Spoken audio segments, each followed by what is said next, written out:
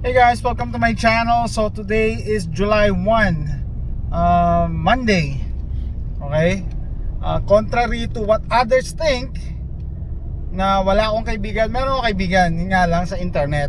Okay? So itong naging kaibigan ko siya sa internet. First time namin magkikita in person, and magstay siya sa amin for 6 days. So July 1 hanggang July 7. Ayan, sama kayo, sunduin natin siya sa airport. Kukumbinsihin ko pa siya to be on camera kasi vlogger to, pero camera siya eh.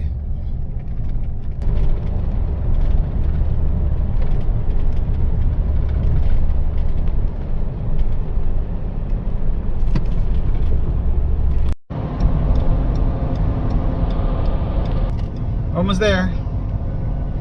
George Bush Intercontinental Airport, July 1st, 2024.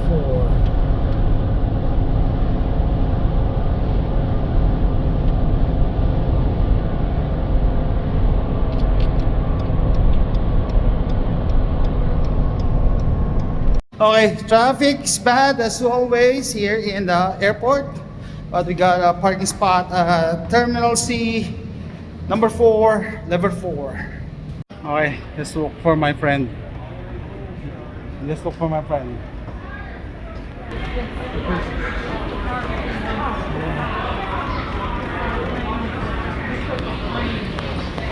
Okay guys, andito kami sa Terminal C. Si Charles nasa Terminal B. Okay, buti na lang nagpark ako kasi ang traffic sa sa labas kasi ginagawa tong airport eh. So pag nalampasan mo yung terminal, kailangan mo umikot ulit. So maganda na rin pala nagpark ako. Gusto ko sana siyang dalhin doon sa statue ng ng Welcome to Houston, tsaka yung may cow na astronaut. Kaso sa departure pala yan.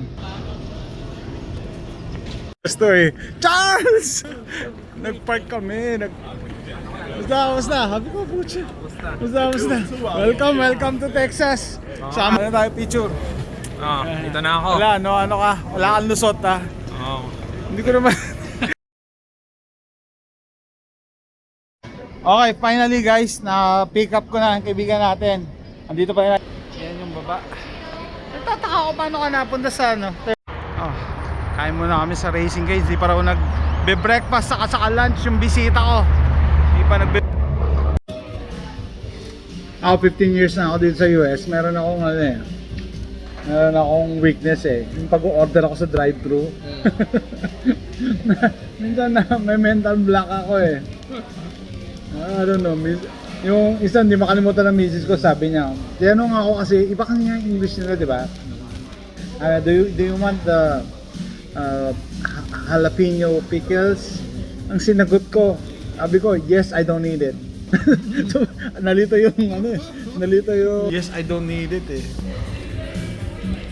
Charles, marami pa pagkain? Dami. Everything is big in Texas eh. Oo, kalahati lang ito yung makakain ko. Okay, pasok ka. Sabi ni Charles, di pa rin siya nakapasok academy. Go straight. Meron tayo ng kaligayahin. Tayo. Yeah. Picture. Ito may price scanner oh. So yung may nakita kang balas, scan mo lang siya. The bullets everywhere. Ito yung 556 oh, Charles oh. Yung pinagbabawal na bala sa Pilipinas. Picture lang kita.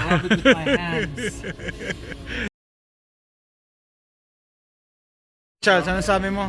Ito sa Pilipinas, ano na to? Dito sa atin, sa US, $500, $10. Sa Pilipinas, 1,200 na to. Doble. Ito, bilib ka dito, di ba? Oo nga eh. Para saan do? Para sa mga tamad na ayaw maglinis. Tamad ayaw. Iputok mo lang, baby.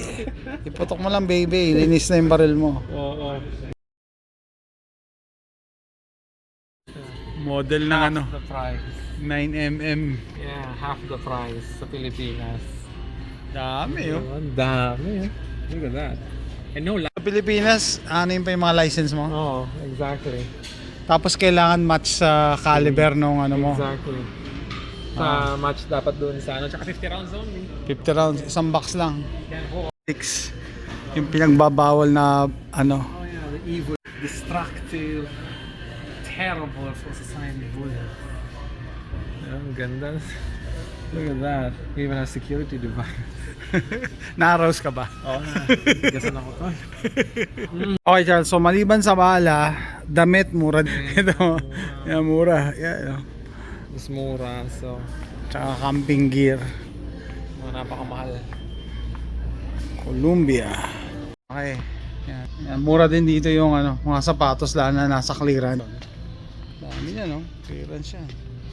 Vlogger kasama mo. Oo nga eh. Ano masabi mo dun sa academy?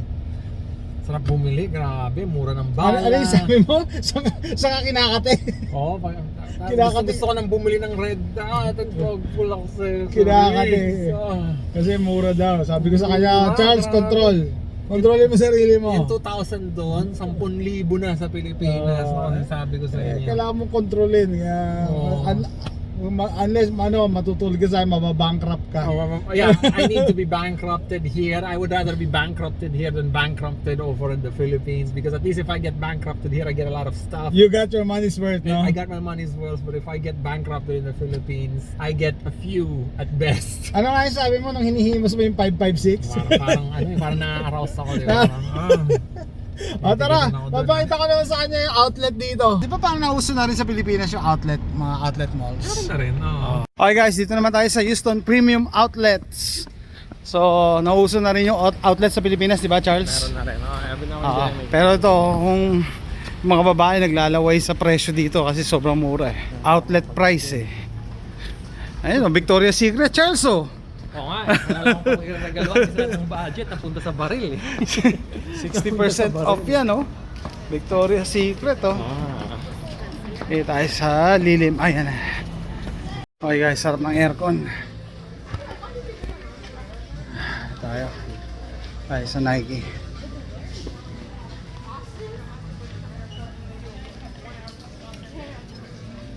Oh guys, nagkukwento wala kami Charles kasi maaga pa kami.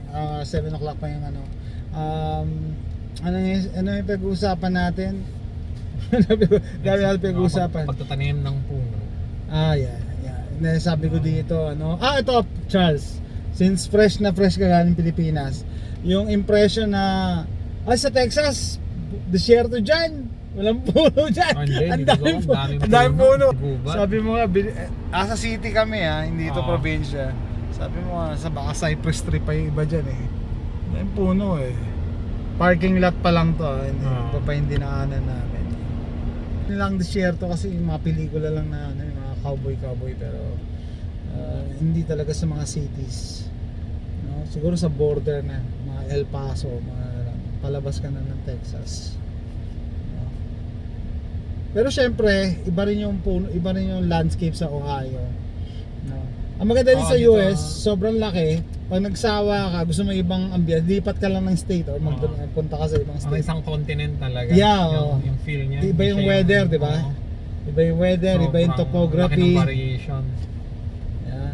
Tsaka iba rin yung culture, tsaka yung cuisine. Iba yung pagkain. Galing ako kasi sa Ohio eh. So, ang feel niya is yung sa Ohio mas malamig. Sa Texas medyo pero so far yung parehong lugar patag. Pero maraming puno pareho. Tsaka ang laki ng mga gaps ng mga lugar. Yeah. May mall ka. Hindi gaya sa Pilipinas na siksikan lahat. Congested. Congested. So dito ang lalaki ng mga spaces. Tsaka yung provision for parking yung nasabi ko sa'yo. Daming provision. Sabi ko nga kay Jason kung sa Pilipinas may bakanting lote ka na ganito, tatayuan ka agad yan. So, na informal settlers eh. Tatayuan ka agad yan. Ako wala pa isang linggo, tatayuan ka agad lote, yan. No?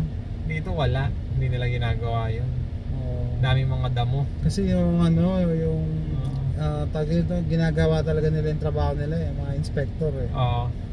Diba? Hindi sila gaya nung... May nakita akong clip sa Tondo yung barangay outpost nila. Nasa gutter eh, nasa siningit lang talaga. Ibig sabihin walang planning eh. Hindi walang planning. Dito maganda yung zoning. Yeah, hindi tira ng space. Hindi na future proof. Pero ito, yung puno dito. And yung mga Boy Scouts last month nagtanim pa ng ibang maliliit na puno doon. Lalagyan pa next generation daw. Jason, magharap nga tayo ng disyerto dito. Para ma-fulfill ko na yung stereotype ko sa Texas na Kaya puro nga disyerto at cow. Drive na mga 10 to 12 hours para marating yung disyerto. Ganun kalayo yun. Wala kami ni Charles dito. Picture tayo.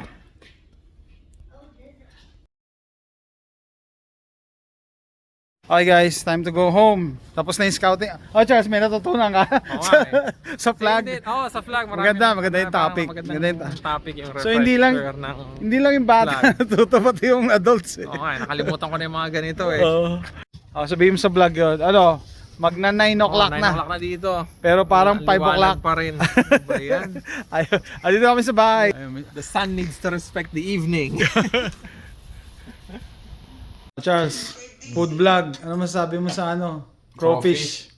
Lasang shrimp na may halong crab na mas malasa kaysa sa shrimp lang. Sarap. Sarap, di ba? Na-apply Maganda yan kasi limited lang siya. Pag summer lang. Pag summer lang siya. Pag lumamig, wala na eh.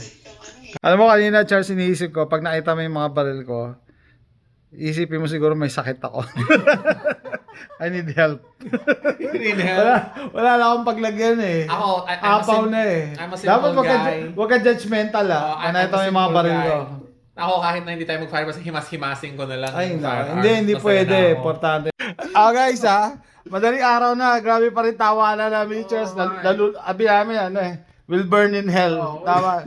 Sama natin, no? Yeah, we're talking about crazy things. Pinag-uusapan namin yung isa sa mga videos ko. Pero, kasi, sabi niya, ilang million ng gun owners sa At Pilipinas? least 2.5 million. 2.5 million. Pero yung pinresent ni Jessica Soho, yung talagang yung pangalawa na sa ngongo, siguro.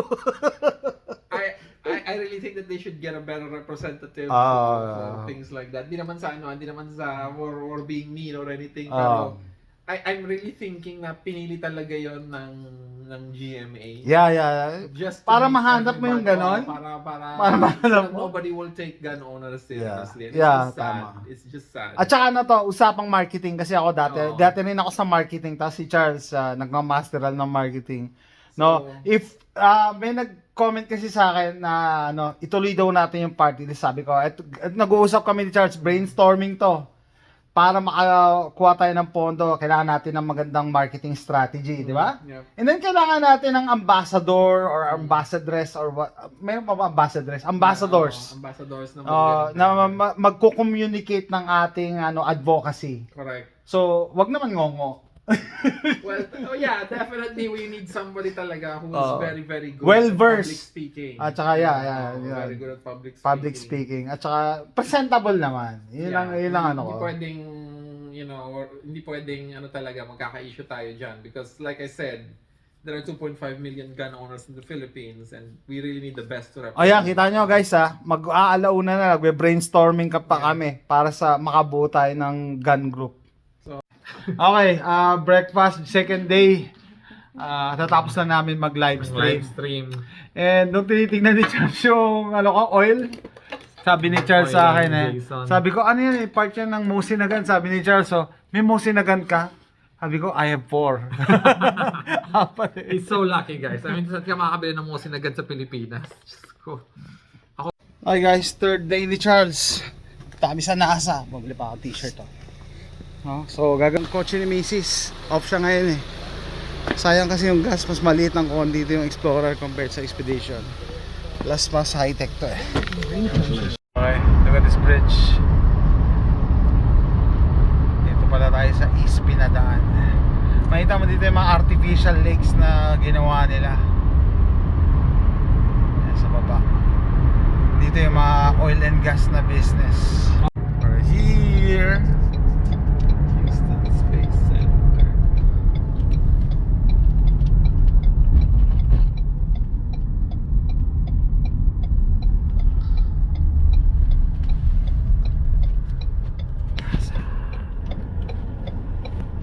Oh, look, is that an F5? Oh Charles, welcome to NASA.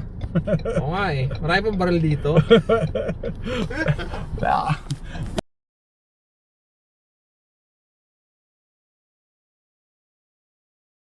Okay guys, next stop namin after NASA, Costco. may natuklasan ako dito kay Charles, napakahilig sa sweets. Oo nga.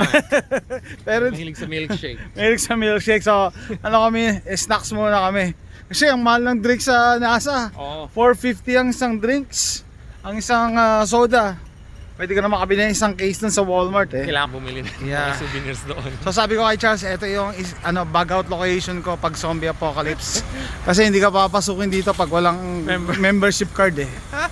Kahit zombie di makakapasok. Yeah, para so, ito yung equivalent ng SNR nyo eh. Ano, okay ba?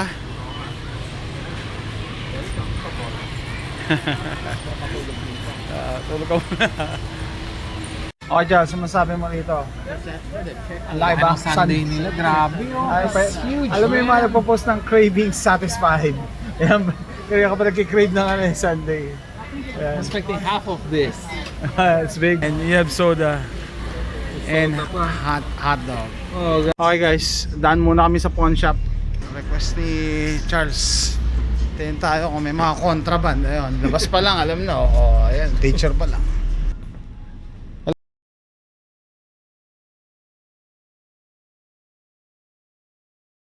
Hi guys, we're home. Charles! Pa! Oh yes, man. Sarap ng ganda na ng NASA. We went to that pawn shop. Pahabol pa yung pawn shop. Bagay sa'yo, bagay sa'yo. Ilagay mo na sa maleta mo. Ilagay mo na. Talaga ilagay yun. Ay, sabi nga pala yung Charles, natapon niya na yung maleta yun. Dali niya. It would have been totally worth it if everything else was lost. Kasi may tawad pa eh. Anyway, abangan nyo, bago adventure ulit, bukas. Okay guys, Charles, i-cross out natin yung isa pa. Barbecue, diba? Tara, Barbecue sa Rudy's.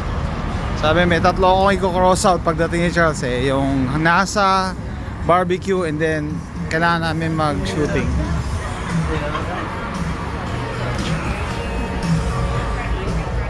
Hold the door, AJ.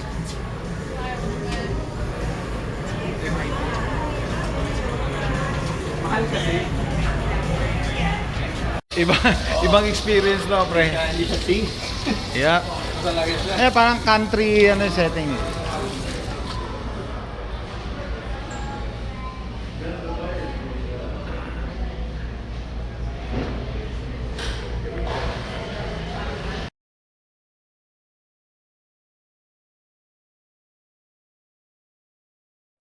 Hi guys. Okay, barbecue dinner. We need to cross out barbecue with Charles of Philippine Ricochet Line. Oh, let's eat. Ito. Ba't nagbigay na ganito? Ay, di ba niligo parang Para bukas. yes, true. Okay. Oh, Charles, ano masabi mo? Cross out natin, barbecue. Okay, we're eating with our hand. Yeah, hands yan. Kakamay talaga. Strange. Nasa Amerika tayo Oo nga, nasa Amerika tayo, Jason. Diba? Oh, Charles, masabi mo sa barbecue? Texas barbecue. Hindi kaya yata nasarapan eh. Sarap. Ang lalaki ng serving sa Parang bis mo mabusog na yan. Oo, bilis ko mabusog talaga. Kasi sabi ko nga sa'yo, ako light lang yung pagkain ko. Kaya kung nakita ko ng mga ganong serving. Talagang effort. Kami last dito. Pakita ko lang guys, kami na yung pinakahuling lumabas. Sasara na. Document ko lang ayan. Mag-alas 12 na ng gabi. Gusto ni Charles maglakad. Yan naman ang gustong gusto ng aso ko. So maglakad, sama kami. Sabi ko. Naglalakad tayo. 12 midnight na. Kasi pag...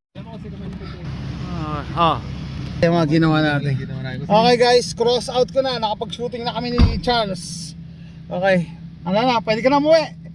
Pwede na. You can bring this home, baby. Yeah. Hey guys, after a day in the range, we're gonna finish up with Texas Whataburger. Okay, let's eat. So we both I both ordered the paddle milk. Nice. Ano? Spicy ketchup to. Oh, spicy ketchup. Try it. I'd like to try this one. Charles' first time eating a Whataburger patty melt. Look at that bun. Strange looking bun. Looks like a tasty bread. That's Yeah, it's great. Patty melt. Ano yata yan eh? Texas toast? Very good. Yeah, they call it Texas toast. Very juicy. Very good. I I like how every bit of it is juicy. Nothing's dry. Nice. So you like it? Love it. Yeah. Diyan pa lang, busog ka na dyan. Yeah, I'm gonna finish this and it's very good.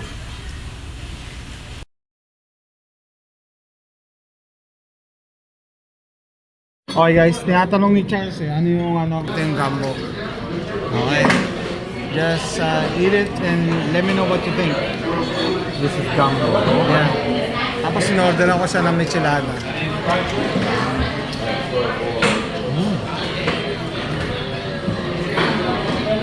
I am not sure what this is, but it's Yeah, good. pero No.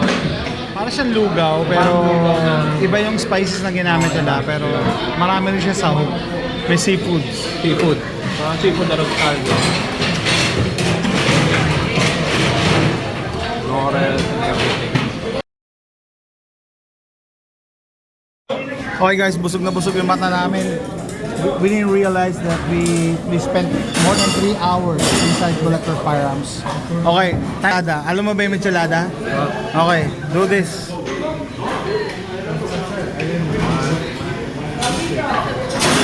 Yeah, go.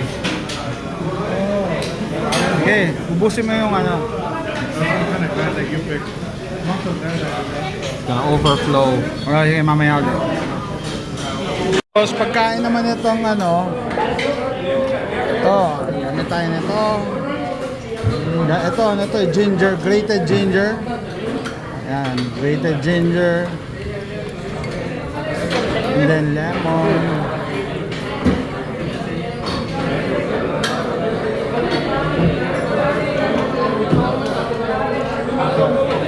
Tapos, ketchup. Yan, ready to go. Okay, sabay. Go. Alright. Oh yeah. Very good.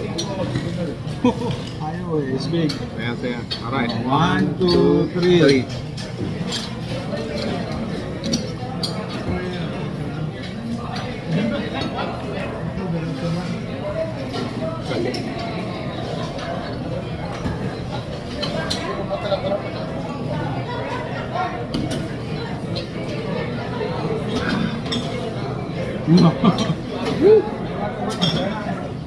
Cup is salty.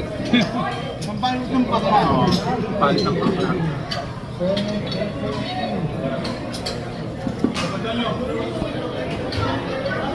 Ngayon ba? 1, 2, 3.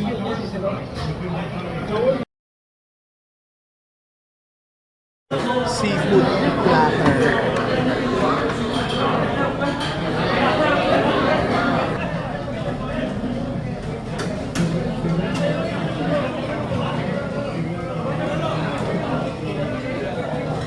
Mga dito, guys. Sarap. Pwede ka talaga mag-inuman dito eh. Harap nito. Pulo. Oh, ano masabi mo rito sa Captain Tom's? Sarap. Solba. Iba yung vibe. Masaya lahat ng tao eh. Mga iba, no? Masaya na maingay. Oh, masaya na maingay. Magkukwentuhan eh, magkakatabi, okay lang eh. Okay lang. Walang privacy. Privacy. Tapos, yung ensalada. Sarap. Sarap, Tagal diba? patanggal Walang na. pait, di ba? Walang pait. Walang pakla. Sabi ko doon sa kaibigan ko, after sa Collector's Firearms, we ended the day with fried seafoods and michelada. Solve na solve yung araw natin. Okay guys, Sunday lunch after church. Sama namin si Charles Mediterranean. Yan, taga yung beauty mo rito kasi mukha kang taga Middle East. Taga Mediterranean.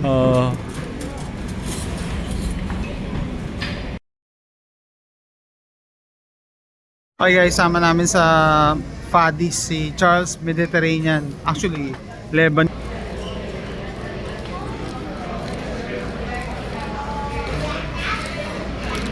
Parang kulang pa sa pepper, Charles. Oo nga. Galit na galit ka eh. Galit na galit ka sa pepper eh.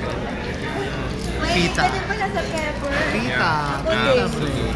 Mahilig din ako lahat. Tea, try it. Sarap yung tea, di ba? May mint. Familiar to.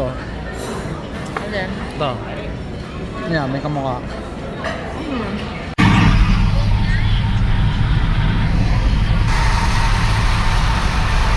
On our way to the airport.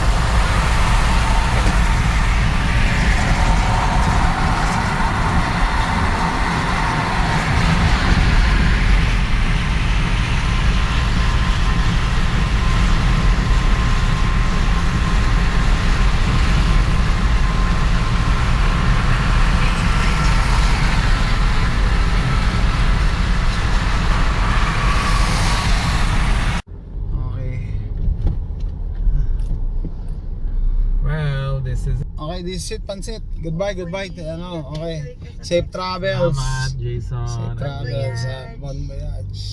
Pabalik na ako sa Pilipinas. Back to reality ka na. Yeah, back to less ideal Hopefully nag-enjoy ka gun sa privileges. hopefully nag-enjoy ka sa short vacation mo dito sa Texas. Absolutely. Really enjoyed every minute of it. US is really nice. Ngayon, ano na, nagbago na yung isip ko. Oh yes, oo naman. Hindi, ayaw niya pa rin sa US. Oo. Maganda siya actually. Compared dun sa pinapakita ng Yeah. liberal media. Okay guys, paalam na tayo, Chas. Bye. Bye. Bye!